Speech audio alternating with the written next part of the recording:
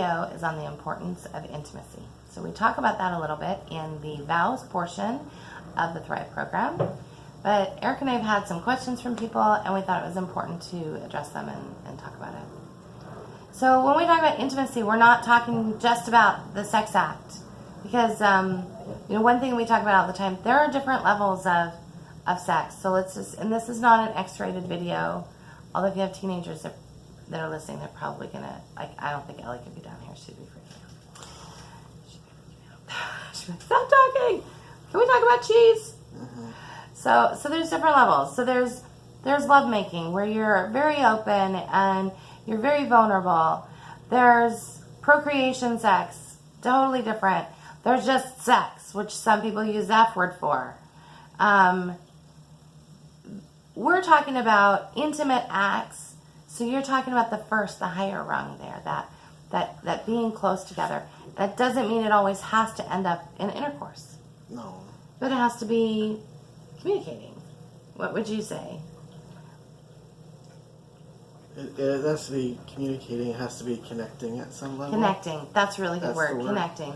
I think so. I think it's connecting. And I think all the people that we talk to and people we know, especially people that their marriage has ended, it's like that's or the first coming to an end. Yeah, it's the first thing that goes. The connection. It's not the sex. It's the actual connection. It's the first thing that goes. Right. And then it can putter along for a while, and then it's like not putting oil on the car.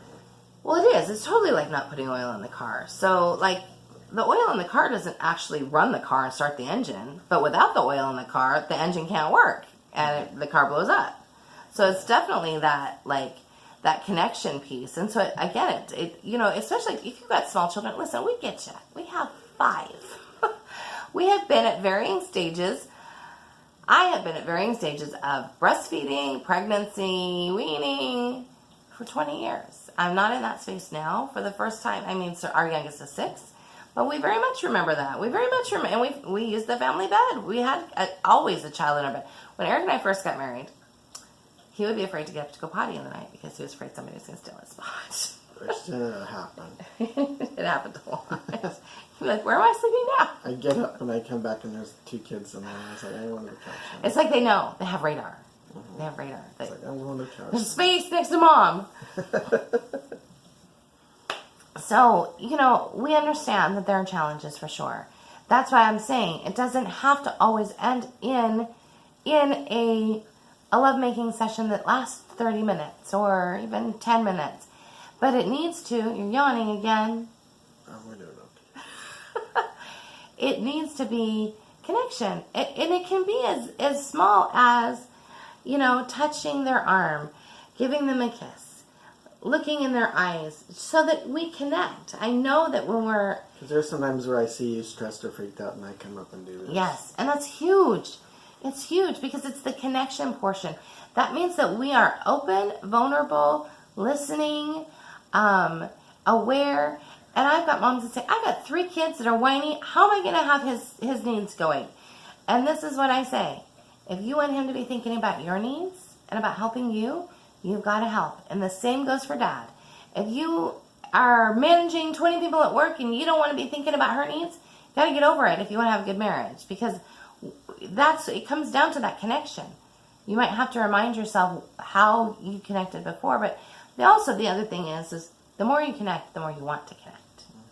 And so if it's been a month since you've really kissed him, and I'm not talking about a peck on the cheek. I'm talking about a goodness, I love you, one of these kids going to bed, kiss. Mm-hmm. If you have not done that since a month, or you can't remember the last time you've done that, shame on you. That's why you're struggling. You need to really work to do that daily. It has to be both of you have to work. So that's where temperaments can come in. And, I'm like, let's go. And he's much more like placid. So you have to communicate with him. I have to say, I need to know that you want me. And he says, well, duh, of course I want you. But it's about, you have to be honest and open and communicating with each other so that you know what the other person likes and needs. And I'm not just talking about in bed. I'm talking about all overall. So if you've been struggling with this, like your whole marriage, then, or your whole partnership, then you really have to examine, like, okay, we have to come up with some new habits and some new ways to communicate with one another, because intimacy is important, and that connection is what bonds you. And if life is really stressful and crazy, that can ground you, and that can keep absolutely your head above all the turmoil that's going on. Well, absolutely. I can think of many times, many struggles that we've had, not with each other, but just the outside world. In the last 12 years, tomorrow's our anniversary. We've been married 12 years tomorrow. And over the last 12 years, the first 6 years we were married, we were in litigation with my ex-husband. It took a lot of connection on a constant basis. And when you connect, the whole rest of the world doesn't matter. And like I said, it can be something so small as just touching them, hugging them, a meaningful kiss, and that the rest of the world doesn't matter when you're doing that, when you're in that space. The screaming kids don't matter.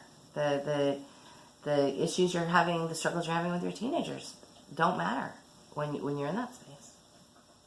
Do you have anything else to include? I think that's a good start. I think so. So if y'all have any questions about intimacy, people ask me all the time, how much is enough? Only you know that, but honestly, connection is the key. So I'm not talking about frequency of sex. We're talking about frequency of connection.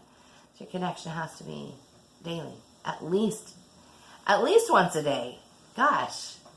I mean, I know we're home together all the time, but... Well, part of it's like, hey, are you okay? Are you doing okay? Yeah, and that's if by you're itself. not finding that out, then it's possible they're not doing okay today. They're not doing okay the next right. day. So much of it is observing, observing your feelings. You can feel their energy shift, and a lot of that tapping into each other's energy comes from that connection. Mm-hmm. So because we are connecting, I can feel it when something's not right with him, or he's struggling, and he can with me. Because we're in each other's energetic field, and we are, together. So now if one partner goes off to work, or both partners go off to work, then you want to be texting each other throughout the day, sending each other sweet emails. And I'm not talking about sexting. I'm talking about texting. Hey, honey, how are you doing? If you want to sext, fine. Just make sure you delete it so your kids don't see. Anyway, we've never been in that problem. Actually, that's a lie. I just remember Ellie said once, I need to never look at your phone again. I said, yep, you're right. So I don't even remember what that was over, but... It was a long time ago. It was a long time ago. So, but it's about, like, connecting. That connection, no matter how small, is super important.